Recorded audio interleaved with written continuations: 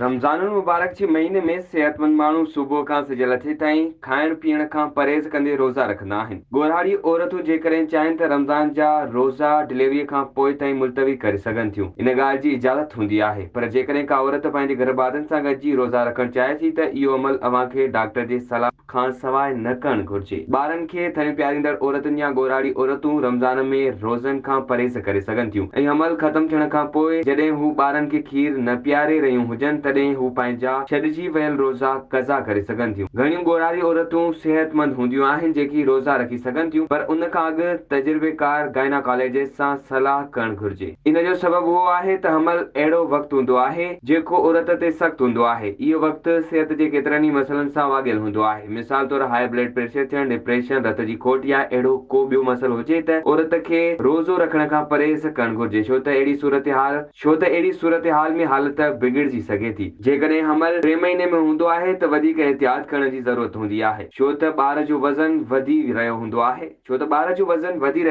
उन लाइ अहिड़ियुनि सूरतुनि में रोज़ो औरत ऐं ॿार ॿिन्ही लाइ नुक़सानकार थी सघे थो। अहिड़ी सूरत में रोज़े खां परहेज़ करणु ठीकु आहे। जेकॾहिं अव्हां सिहतमंद महसूसु करियो त डॉक्टराणीअ जी सलाह सां रोज़ा रखो।